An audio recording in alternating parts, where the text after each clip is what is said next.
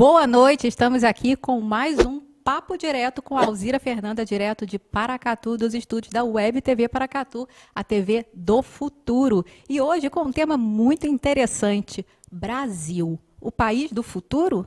Como será depois da pandemia? Eu tenho a honra de receber Vitor Parque. Cursou MBA em Marketing e pós-graduação em Economia nos Estados Unidos. É pós-graduado em Gestão de Negócios Internacionais na França e formou-se bacharel em Administração de Empresas aqui no Brasil. Sua vida profissional foi delineada por experiências muito bem-sucedidas em cargos de alto escalão de importantes empresas. Ousadia, coragem, esperança, criatividade e pensar fora da caixa. Essas são algumas características do Vitor, que aos 26 anos instalou a Samsung aqui no Brasil, ocupando a diretoria de marketing da empresa. Foi assim que ele começou sua carreira profissional e como executivo internacional. E sempre, em todos os seus projetos, Vitor prezou pela coerência, honestidade e valores. Ele também foi diretor de marketing da América Latina da Sony, vice-presidente em gestão de riscos no Citibank, em Nova York. Atualmente, é presidente do grupo Hyundai Brasil, um gigante que movimenta uma boa fatia da economia mundial. Além da fabricação de carros, com marcas como Hyundai e Kia Motors, o grupo atua em diversas outras áreas, como a fabricação de navios, elevadores, plataformas de petróleo, ramo imobiliário, entre outros. Vitor tem uma carreira marcada por muito sucesso, mas também por muito trabalho. Nada veio de graça, não é mesmo? Acorda antes das 4 da manhã para cumprir suas reuniões com a sua base, lá na Coreia. É apaixonado pelo estado do Rio Grande do Sul e se considera brasileiro, que por acaso nasceu na Coreia. E o meu coração, que é verde e amarelo, tem a honra de agradecer e de convidar para o bate-papo de hoje, Vitor Parque. Seja muito bem-vindo, Vitor. Boa noite, Alzira, tudo bem? Boa noite, ouvintes ou telespectadores. Obrigado. Boa noite. Você está falando de onde, Vitor? De São Paulo? Eu estou falando de São Paulo. De São Paulo. Vitor, vamos começar aqui já o nosso bate-papo. Estamos num momento bem complicado para o Brasil e para o mundo. Estamos vivendo uma pandemia, coronavírus, Covid-19. Não existe uma pessoa no planeta que não esteja sendo afetada por esse momento. Vitor, eu sei que você nasceu na Coreia e veio para o Brasil muito jovem. Naquela época, você, junto com a sua família, acreditaram no país. E foi aqui que vocês construíram a sua história. Como era o Brasil, há anos atrás, visto através do olhar do menino Vitor? E como você vê o Brasil hoje? Comparando esses dois momentos, o Brasil de ontem e de hoje, o que você tem a me dizer, Vitor? Bom, nós chegamos aqui em São Paulo, no Brasil, nós chegamos em 1972. E a primeira imagem que eu tive, que foi muito marcante, a Coreia era metade do PIB do Brasil e tinha o PIB do Senegal, certo? Então, a Coreia é um país paupérrimo. E eu me lembro muito bem que um carro importado, que devia ser tipo uma Mercedes atualmente na Coreia, era o famoso Fusca, porque era um carro alemão, né? Então, os meus pais tinham esse Fusca lá na Coreia e a primeira imagem que eu tenho é chegando no Brasil. Eu saí de Congonhas, do aeroporto internacional de Congonhas naquela época, e eu vi aquela fila de táxis Fuscas, né? É que nem um brasileiro quando chega em Paris ou chega em Frankfurt, na Alemanha, e você vê todos aqueles táxis, ou BMWs ou Mercedes. Então eu pensei comigo mesmo, mas puxa, que país mais rico, né? E essa imagem durou comigo por muito tempo, porque a Coreia era paupérrima e o Brasil tinha essa fartura de frutas, uma coisa que me impressionou. Por muito tempo, a banana na Coreia é muito cara. E é uma banana só que é importada ou da Indonésia ou do Equador. E no Brasil, eu me lembro a primeira vez que eu fui para uma feira e eu vi 6 tipos de bananas diferentes. Um país esse que tem, só de banana tem 6 tipos. Tá? Muita fartura. E atualmente, infelizmente, nós estamos passando por essas as dificuldades e nós deixamos a Coreia, para vocês terem uma noção, a Coreia está com um PIB per capita quase o dobro do Brasil. Né? Então, nos últimos 50 anos, eu falo que o Brasil, uma Hyundai, uma Samsung, uma LG, uma Kia, uma POSCO, e o Brasil nos últimos 50 anos ganhou 5 Copas.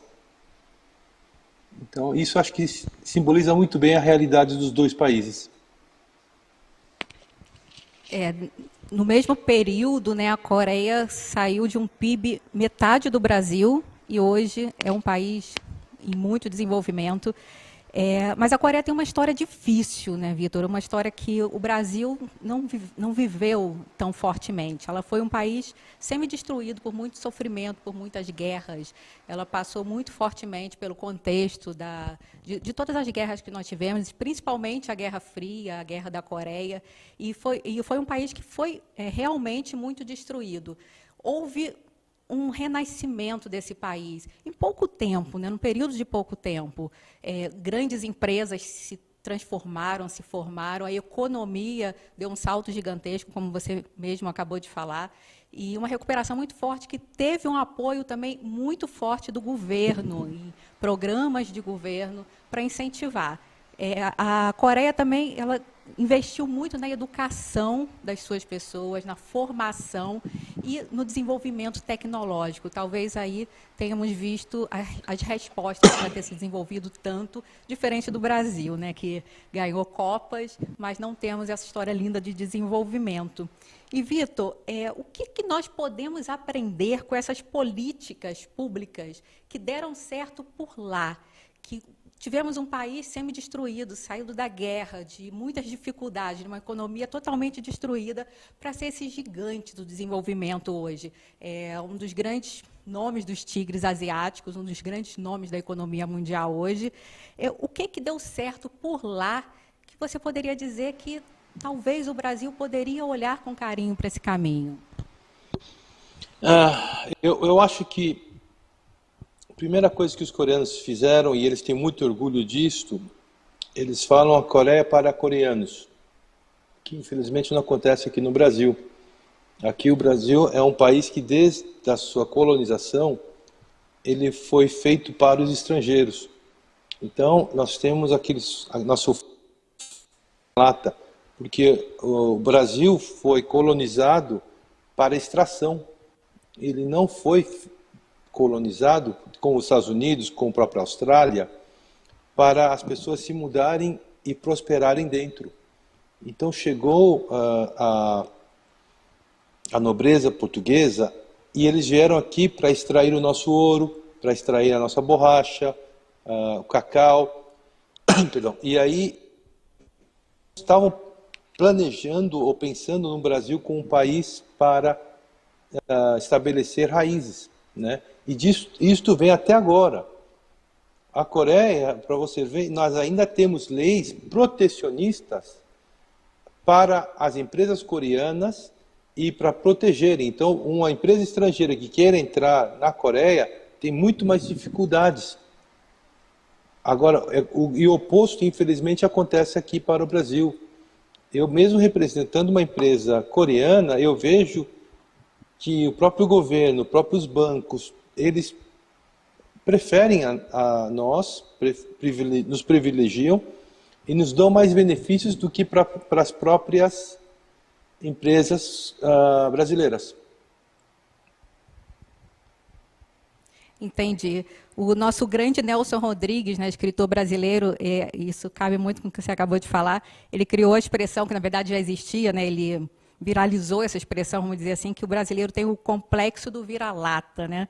E essa expressão, como você bem disse, ela veio desde o século XIX, né, quando Napoleão III enviou para cá Arthur Gobineau, E ele falou, né, essa frase, que o Brasil estaria fadado ao fracasso e ao desaparecimento de toda a sua população, pois o país apresentava raças inferiores e não tinha futuro. Ele teve uma teoria, um filósofo, uma teoria que começou toda essa história de racismo, mas talvez daí tenha vindo esse complexo, né, de que o Brasil, como é o tema do nosso programa hoje, o Brasil é um país do futuro. Será que isso, Vitor, com o que você me falou e com toda essa história, é um conceito histórico? Será que o brasileiro realmente ele não acredita que o Brasil é um país do futuro? Ou o que acontece? Por que nós somos sempre, por que o Brasil é sempre o país do futuro? Quando nós vamos ser o país do presente, do agora? Alzira, você falou muito bem. Desde que eu sou pequenininho, desde 72, o Brasil sempre usou esse lema de país do futuro. Só que o futuro nunca chega, a não ser que você planeje para chegar lá. Nós estamos passando por um eterno inverno, onde você tem que semear para poder colher na primavera. Só que o que acontece? Como até o tempo no Brasil,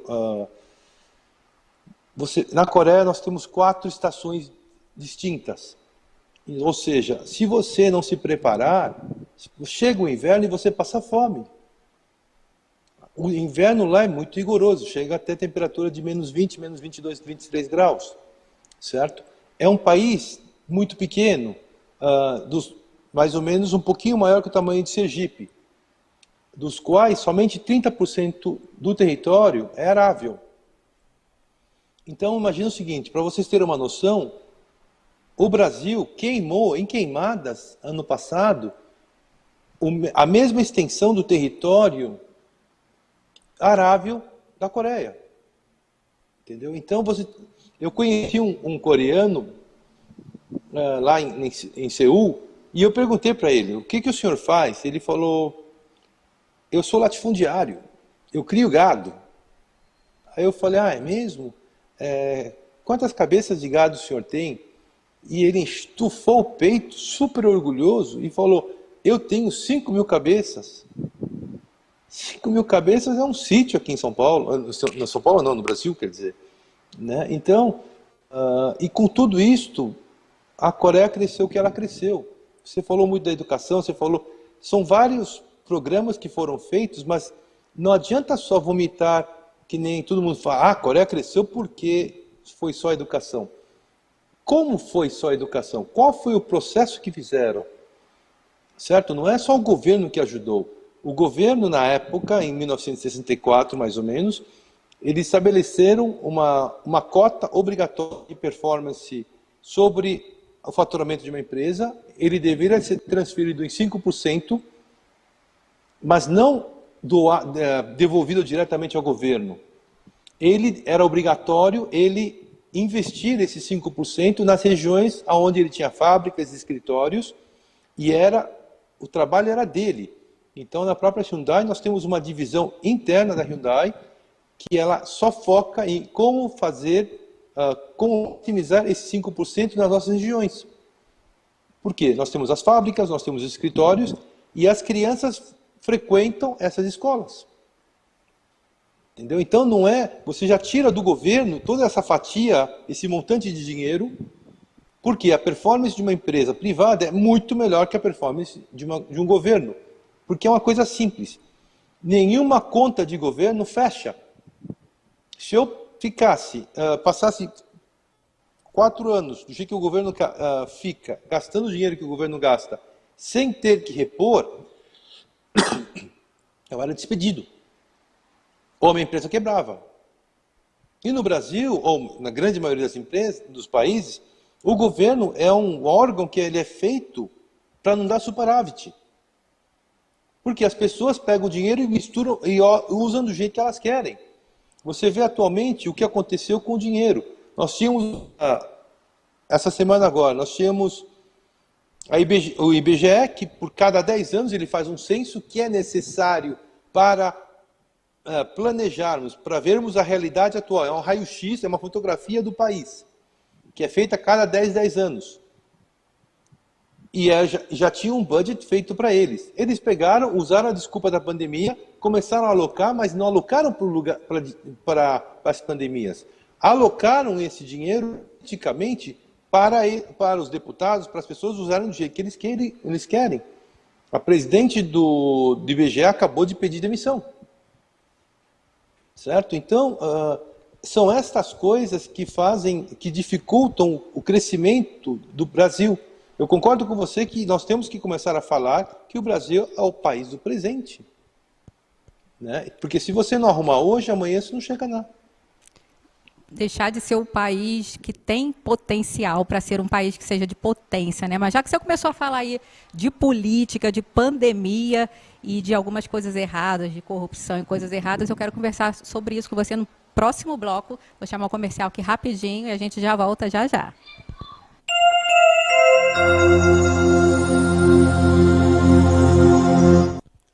Papo Direto com a Alzira Fernanda hoje está recebendo Vitor Park, um coreano de coração brasileiro, presidente do grupo Hyundai.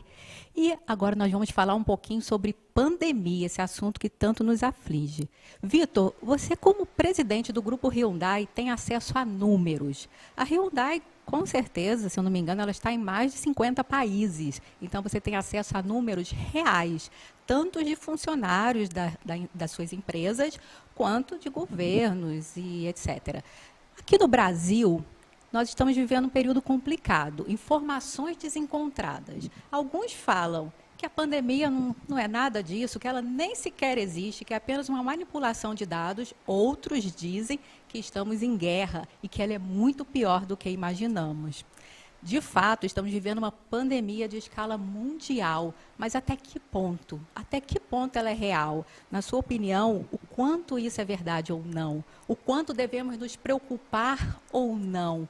E qual é o cenário que você visualiza daqui para frente para o Brasil, país que você mora e que tem total interesse em que evolua e que cresça? Tá, antes de mais nada, eu achei um absurdo você postar de Paracatu, porque eu estou morrendo de fome e pão de queijo essa hora não é justo. Então já vou mandar o endereço, eu vi que é congelado, então fala para o motoqueiro encher o tanque e vir entregar aqui em São Paulo. Pode deixar. Está com uma cara muito boa. Agora, brincadeiras à parte, gente, eu vou colocar uma visão bem prática desse processo da pandemia.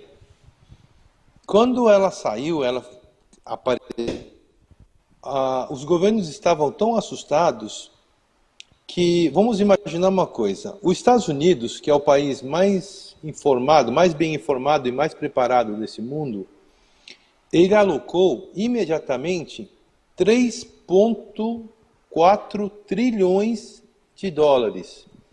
Isto é mais ou menos, para quem não sabe bem, eu vou explicar, são 3.400 bilhões. Repito, 3.400 bilhões. Toda a performance do Brasil como país inteiro dá 1,7 trilhões. Tá? Então, se essa pandemia não fosse...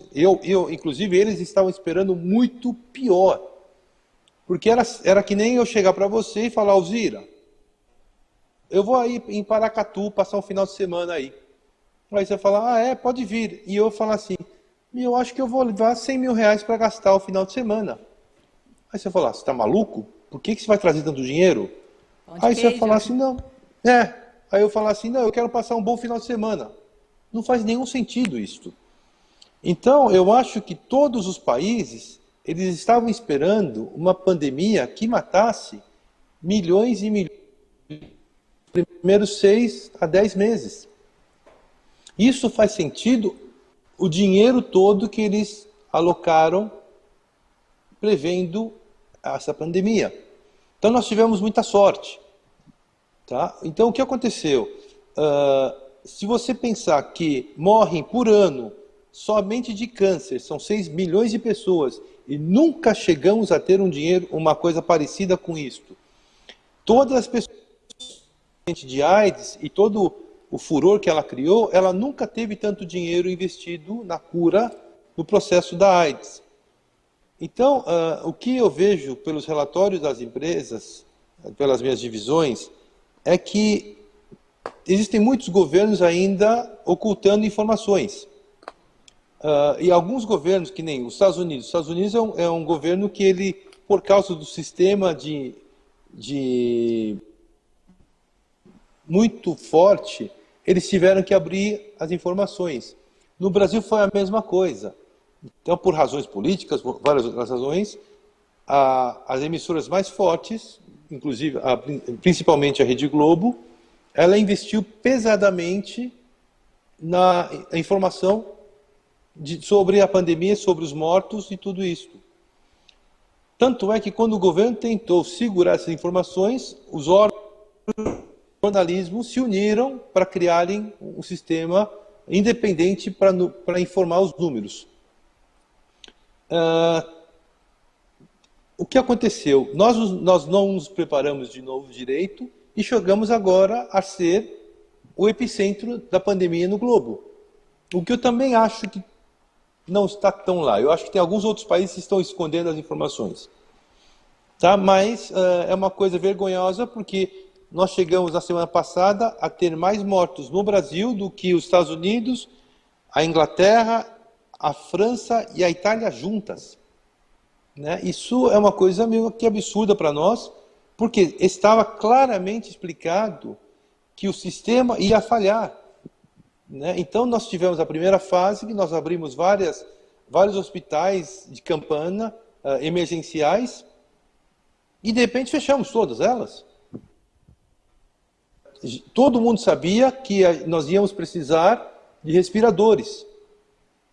Só que é básico, se você vai precisar de respirador, você precisa de oxigênio. Não dá para ter um ou outro. É que nem você falar, eu vou precisar de um monte de fogão e eu não tenho gás.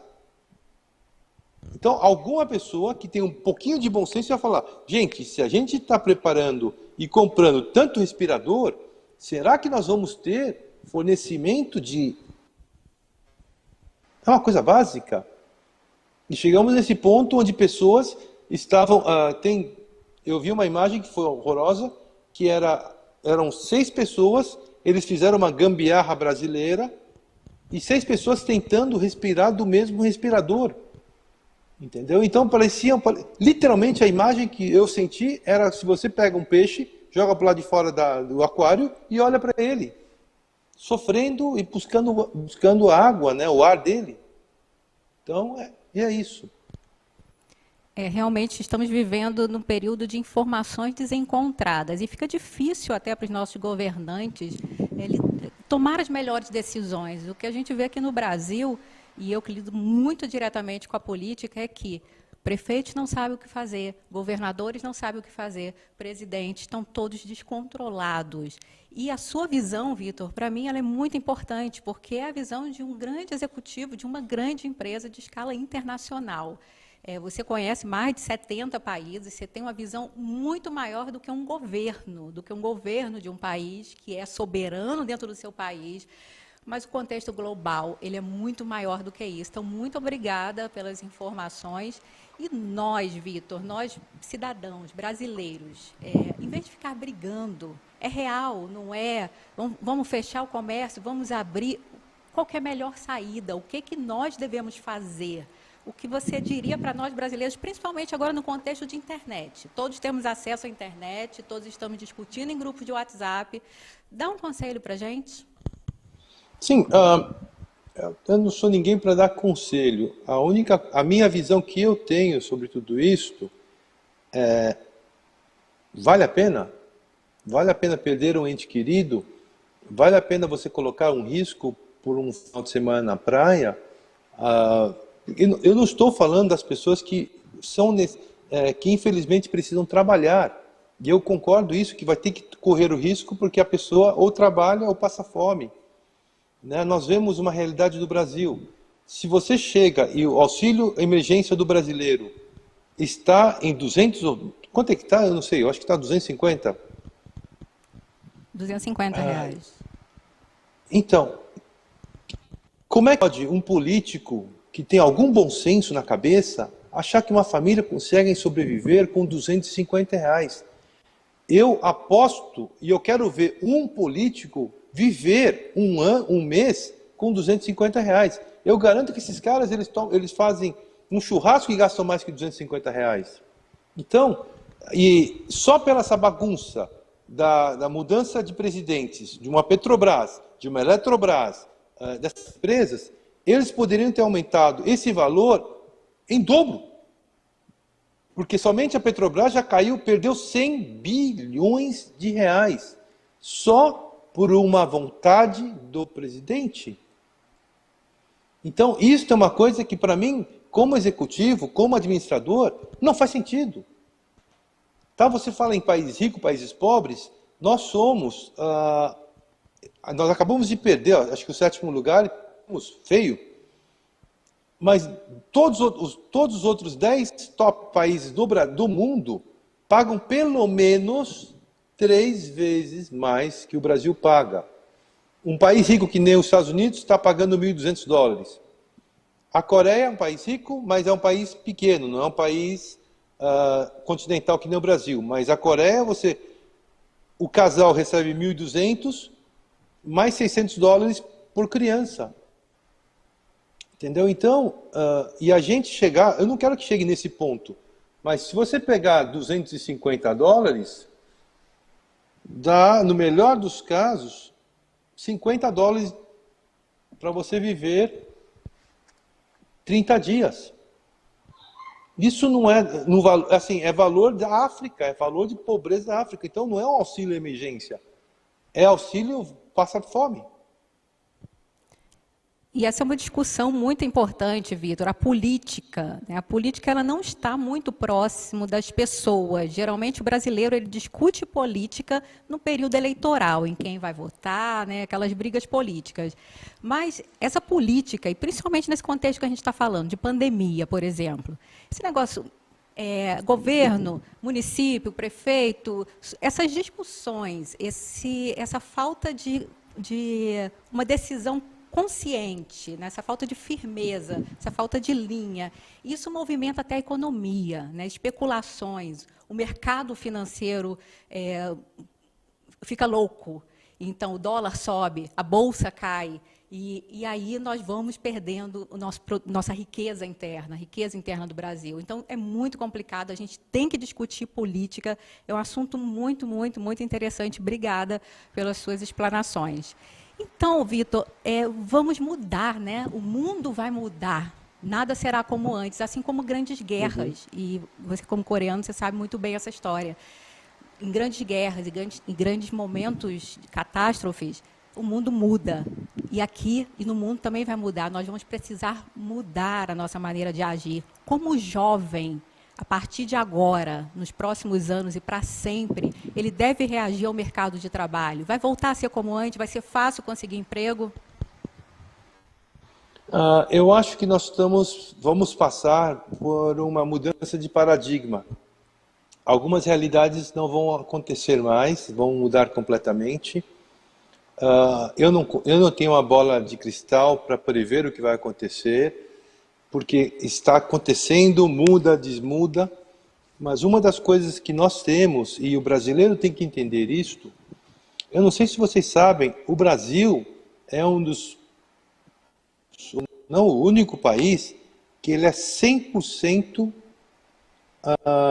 self-reliant, ele é autodependente, ele não precisa mais de ninguém.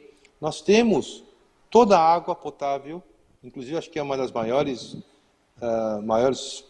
fontes de água potável do mundo. Nós temos todo esse nosso território, que podemos ter todos os grãos, a carne, tudo isto.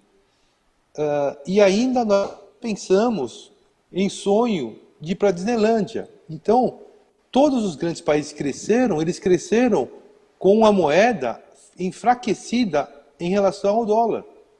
Porque o país foca na exportação.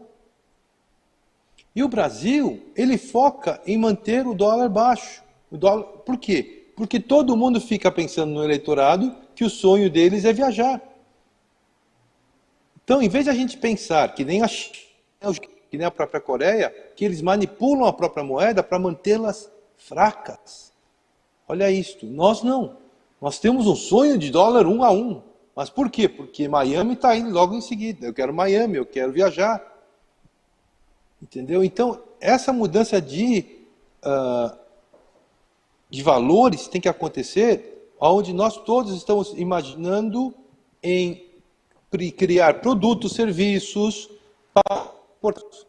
Não podemos ser somente exportadores de matéria-prima. Por quê? Vocês sabem que a matéria-prima não valoriza.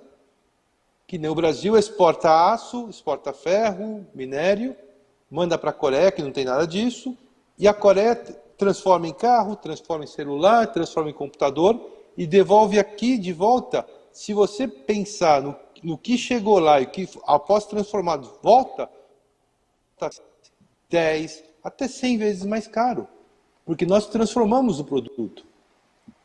É a mesma coisa com o nosso petróleo, é a mesma coisa com vários itens que nós exportamos e pagamos de volta a um preço absurdo. Nós temos a riqueza, né? E infelizmente o que valoriza mais é a tecnologia, né? Aquela inteligênciazinha que se põe no final da linha, que o Brasil está pagando caro por isso. Estamos entregando, né, o que temos de mais rico e recebendo muito pouco. Vou pedir o comercial aqui rapidinho e já volto com perguntas sobre política, sobre pandemia e mais algumas coisinhas para você, Vitor.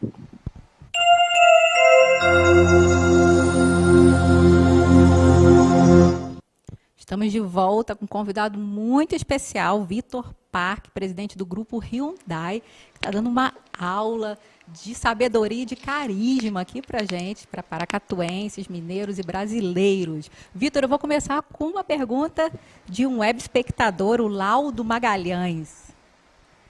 Boa noite, o programa está show. Observo que os veículos da Hyundai teve um aumento considerável aqui no Brasil. A Hyundai tem alguma estratégia para ser a marca número 1 dos brasileiros? Então, deixa eu deixar bem claro. Eu não sou o presidente da Hyundai Motors. Eu represento o grupo inteiro. Então, a Hyundai tem donos e eu represento os donos no Brasil. Então, as estratégias de cada divisão elas são criadas e eu sou mais ou menos um babá que toco uma visão macro da empresa no Brasil. Então, eu não posso dizer claramente as estratégias da Hyundai Motors, porque eles têm o seu próprio presidente, eles têm a sua própria estratégia, e basicamente eu faço toda a visão macro da operação da Hyundai no Brasil.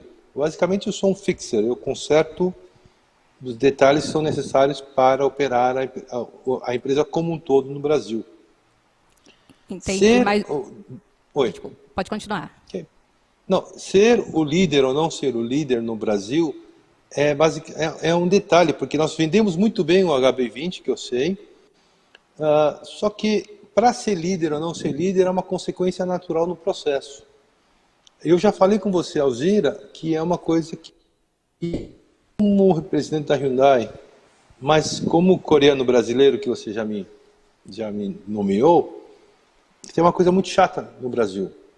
O Brasil ele é o 8º maior produtor de veículos do mundo.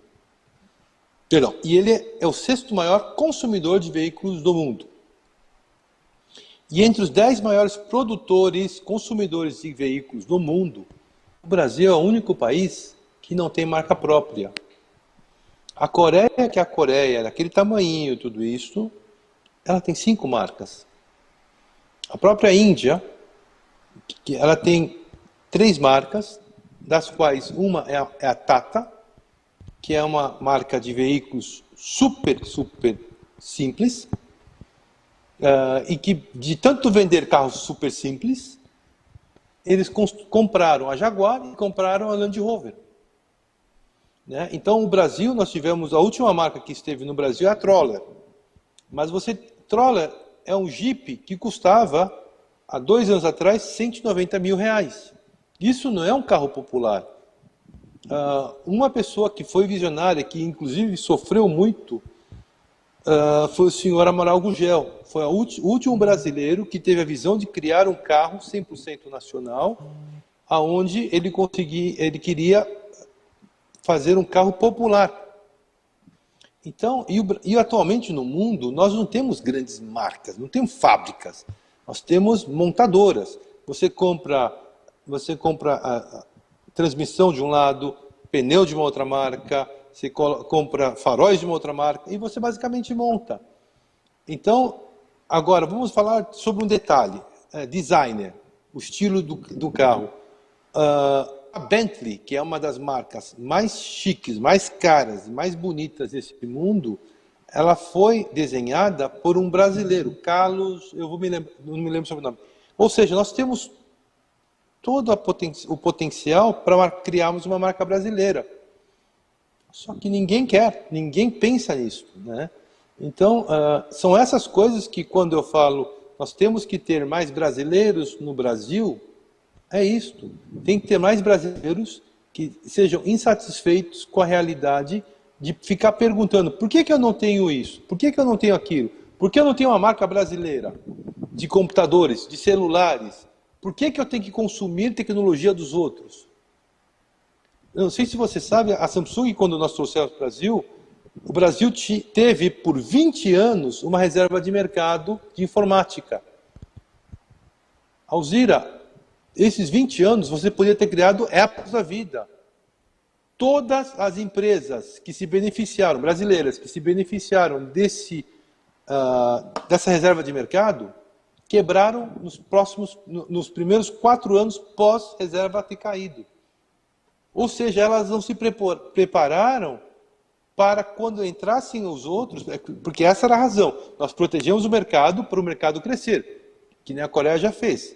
Não, aqui todo mundo, eles fizeram o Brasil ficar atrasado tecnologicamente, e quando o Brasil foi aberto para os concorrentes internacionais, eles não aguentaram.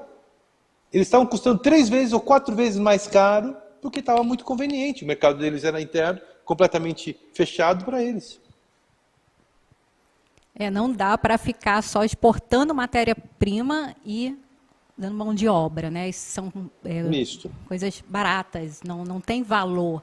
Tecnologia agregada, e principalmente no mundo em que estamos partindo para a inteligência artificial, robótica, temos que investir em tecnologia, temos que investir em produção interna. Temos muita coisa para mudar, né, Vitor?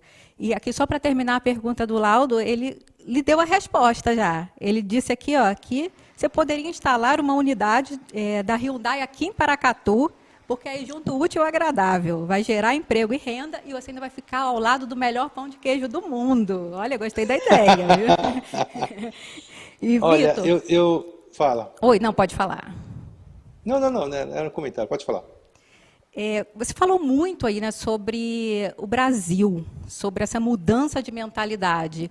Então, onde que está essa explicação? O Brasil é um país continental, é um país que tem tudo. Nós temos ouro. Aqui em Paracatu tem uma mina de ouro. Nós temos riquezas, nós temos água, nós temos um povo brasileiro que é trabalhador, que é criativo, que é um dos melhores para trabalhar do mundo, Vitor. Onde nós erramos? Por que o Brasil está assim? É corrupção? Onde nós erramos? Eu acho, porque eu viajei, como você falou, eu viajei os 55 países que a Hyundai está operando. A corrupção existe em todos os países que eu conheci. O que falta no Brasil, e o que tem no Brasil, é a impunidade. Se a pessoa ela está disposta a roubar, a sonegar, ela tem que estar disposta a pagar o preço quando ela for pega. E o que acontece no Brasil é que, infelizmente, isto não acontece. Então, o sistema está feito para beneficiar as pessoas que corrompem, que roubam, que fazem, então, um jeitinho. Porque esse jeitinho existe em qualquer lugar do mundo. Só que nós temos alguns países que literalmente mutilam uma mão. Que eles tatuam ladrão, sonegador aqui na testa, ou até outros países, que na própria China, que você tem a pena capital, onde um político ou uma pessoa que rouba, ele é fuzilado pública e a bala é cobrada da família. Eu sei que por nós sermos um país católico ou cristão, nós temos esse processo que não acreditamos na pena capital. Só que eu não quero, e eu não sou a favor da pena capital, mas nós precisamos principalmente dar exemplo para as nossas crianças que roubar não é certo, que enganar não é certo. Então nós falamos muito desse processo da pobreza.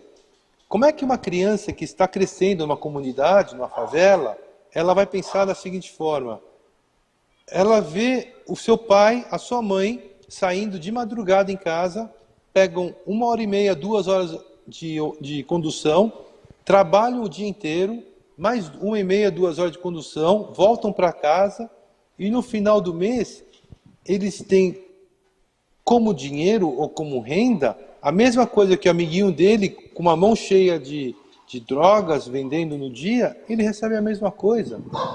Ou seja, ele tem que ter um sistema de balança onde ele sabe, mas meu pai é honesto. E esse meu amigo, se ele for preso, acaba a vida dele. Agora, se ele sabe que essa criança é de menor, e ele aprende que essa criança, ele vai preso, mas depois de 6 meses, você quanto tempo ele está de volta, ele fez na cabeça e fala assim, vale a pena. Eu vou ficar 2 anos no sistema e eu volto. Então, isto tem que acontecer, onde nós temos que punir exemplarmente qualquer pessoa que saia fora do sistema de uma sociedade. Tudo que vai contra a sociedade, ele tem que ser punido exemplarmente.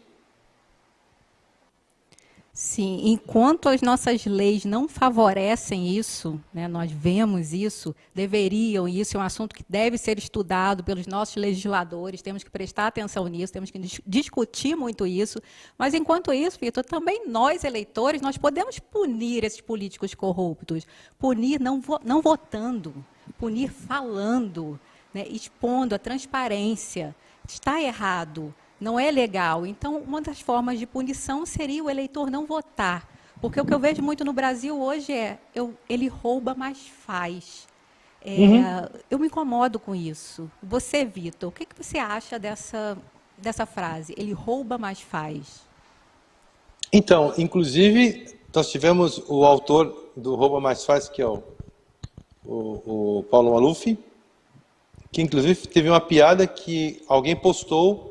Eu não sei nem se é fake news, mas eu li e eu achei muito interessante, que foi, se fosse o Paulo Maluf governador, nós teríamos todos os leitos necessários, toda a população estaria vacinada e ele teria comprado mais uma frota nova de Ferraris. E aí, nesse post está escrito assim, não sei se é fake news, mas está escrito: o Paulo Maluf leu e ele falou, muito obrigado pela lembrança. Então, ou seja, o que eu acho que nós temos que realmente mostrar a nossa insatisfação, não com panelaços, não com reclamações, não com posts. Nós temos que ir para a urna e votarmos e tirarmos as pessoas. Chega a ser tão óbvio que me enfurece. O que essa pessoa fez? Porque aí está. As pessoas no Brasil, os brasileiros, perderam a essência e a fé, que eles estão votando em pessoas que fazem o que lhes interessa. Então, se a pessoa, que nem esse telespectador que falou, eu monto uma fábrica aqui, então está pensando nesta realidade. E que tal pensarmos no Brasil como um todo? O que eu vou deixar de legado? Como é que eu consigo mudar o processo? Eu vou contar uma coisa da Coreia do Sul. Porque o que ela fez para ser a Coreia do Sul? Nos anos 80, o Brasil, a Coreia, quer dizer, ela estava devendo dinheiro para o Fundo Monetário Internacional, que é a FMI, tanto quanto o Brasil. A Coreia e os coreanos, quando souberam por notícia que a Coreia estava entre os países que deviam dinheiro para o FMI, O povo coreano sentiu tanta vergonha que a Coreia estava nesse caso, que eles doaram 80 toneladas de ouro, tiraram as alianças, tiraram os brincos e doaram para o governo, que agora seria algo em torno de 140 bilhões de dólares, alguma coisa assim, eu não me lembro, para sanar um pouco essa dívida do FMI. E se você perguntar, não deve nada para o FMI. Isto é, ou seja, a pessoa chegou e falou assim, eu vou doar o que é meu, eu não quero de volta, mas eu quero que o meu país melhore. Certo? Eu concordo uma coisa, eu sei que o brasileiro em si sofre muito, não é justo a quantidade, a carga de impostos que nós pagamos para recebermos o que nós recebemos. Se colocasse como se fosse uma empresa, seria... É que nem a quantidade de empresas de seguros médicos que são processados. E se você pensar numa carga, como um seguro médico, é como se o seguro médico te custasse 3 a 4 mil reais por mês. É o que o governo cobra de uma realidade de uma pessoa assalariada e não tem nada de volta. Vitor, eu vou usar uma frase aqui sua, né? Eu vou pedir licença para roubá-la, vamos dizer assim. Eu não quero morar fora do Brasil, eu quero morar num novo Brasil. E você é um exemplo de uma pessoa que poderia morar em qualquer país do mundo. Ainda mais hoje com a internet, de qualquer lugar do mundo, você poderia gerenciar seus negócios. Mas você escolheu morar no Brasil, porque ama esse país, porque tem um coração verde e amarelo, porque ama o seu Rio Grande do Sul, porque adora comer carne. E, Vitor, o meu coração também é verde e amarelo. E, às vezes, as pessoas se encontram, não é por coincidência. Às vezes, dá até uma sensação de um certo déjà vu, né? Pessoas nascem por uma missão. Algumas não descobrem essa missão no decorrer da sua vida, outras sim. E isso torna o caminho mais fácil, porque as pessoas se encontram. Um recado que eu queria deixar para o web espectador é que, sim, ainda há esperança. O Brasil é um país de futuro que, se nos comprometermos hoje, levarmos a política a sério, levarmos as coisas a sério, poderemos ser um país de presente e muito próspero, porque temos tudo para isso. E precisamos deixar um legado que eu me comprometo a deixar para cada brasileiro, mas também para a Isabela, para a Vitória e para o Nicolas, que são os filhos do Vitor. E eu fico feliz aqui em contar essas duas histórias de sucesso. A história da Coreia, que resgatou, que sobreviveu a guerras e hoje é esse gigante, e a história do Vitor, uma história de muito sucesso como empresário, empreendedor e como ser humano. Porque nem sempre o dinheiro é tudo. Amar o seu país, viver com a consciência tranquila, isso é mais importante. A história de um país é a história de um grande homem, ambas desenhadas em contextos difíceis e que apontam caminhos possíveis mais seguros para o nosso país, para o Brasil, no enfrentamento de momentos difíceis que virão daqui para frente. E como não é possível evitar, vamos enfrentar com coragem e sabedoria, porque toda dificuldade se traduz em oportunidade. O veterano da guerra da Coreia, o general colombiano, disse: a Coreia era muito pobre, tudo destruído, mas nós tivemos que lutar pela liberdade e democracia da República da Coreia. Para construir o Brasil como um país de futuro promissor, é preciso que o presente seja repleto de trabalho e muita luta. Obrigada por estar aqui voluntariamente. Quem conhece o Vitor Parque sabe que ele palestra aí pelo mundo inteiro, ele doa o valor das suas palestras, mas elas são cobradas, e ele está aqui voluntariamente passando essa mensagem por um país melhor, para que amemos mais o nosso país, para que possamos lutar e ter esperança. Eu queria te passar a palavra para as suas últimas considerações, Vitor. Muito obrigado pelas palavras, até me emocionou um pouco. Eu agora, inclusive a Alzira já sabe disso, nós estamos pensando em algumas coisas para fazermos para o Brasil e para o futuro dele, porque eu acabei de fazer 55 anos E eu me perguntei qual será o meu legado, né? O que eu vou deixar para as minhas filhas, para o meu filho e para os meus futuros netos que virão. E eu tenho um sonho onde o Brasil seja um lugar onde todo mundo que vai para fora enche a boca para falar. Uma noção para vocês, quando nós chegamos aqui no Brasil, a Coreia estava entre os piores passaportes aceitos pelo mundo. E agora está entre os 5 passaportes mais aceitos no mundo inteiro. Eu praticamente não preciso de visto para nenhum país. E o Brasil, ele tem tudo para ser um lugar onde todos nós temos muito orgulho e, por opção, não queiramos ir para nenhum lugar. E aí a gente fica ainda com aquela imagem, aquele sonho, se der certo, eu vou mudar para Portugal, eu vou para os Estados Unidos. Tem uma colônia absurda lá em Orlando, né, que eles mal falam inglês, mas eles estão vivendo lá e todo dia, isso não se ofendam muito os holandeses, que eu brinco que eles são holandeses, o hobby deles é falar mal do país. Entendeu? E eu falo para eles sempre, vocês ficaram ricos aonde? Vocês não ficaram ricos nos Estados Unidos. Vocês ficaram ricos no Brasil, pegaram esse dinheiro e foram embora. E se todo mundo fizer isto, o Brasil vai ficar à mercê dos estrangeiros. Existem alguns países que já estão nesse processo. E nós temos ainda a oportunidade de volta disso, entendeu? Então, eu peço para todos os brasileiros serem mais brasileiros, não somente e durante a Copa, e que pensem realmente, vamos nos sacrificar em algumas coisas para mudarmos. O seu voto, a democracia não é um direito, a democracia é um privilégio. Use o seu voto como se fosse uma arma, como se fosse uma bandeira. Quando você consegue mostrar claramente que não quer mais essa mesmice. Então imagine isso, se todos nós focarmos isto em 2 mandatos, nós conseguimos renovar o sistema legislativo. Então, mas 2 mandatos são 8 anos. Gente, o que vocês estavam fazendo 8 anos atrás? Vocês estavam já na desgraça? Então vamos lá, vamos focar nisto, vamos fazer somente que nem um alcoólatra, um dia a mais. Vamos focar então para as próximas eleições.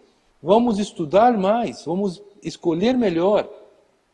Né? Não vamos deixar essa mesmice, não vamos deixar essa máfia que continua dominando o país, onde eles só pensam entre eles, quando começa a apertar, nenhum partido existe, é basicamente um time de futebol um contra o outro, né? E isto chega, já vamos dar um basta nisto. Tá? Alzira, muito obrigado pelo convite, adorei estar aqui. Eu que agradeço, muito obrigada a todos os web espectadores e que fique a mensagem. Vamos continuar com esperança, com fé e até a próxima terça com um convidado muito especial. Muito obrigada.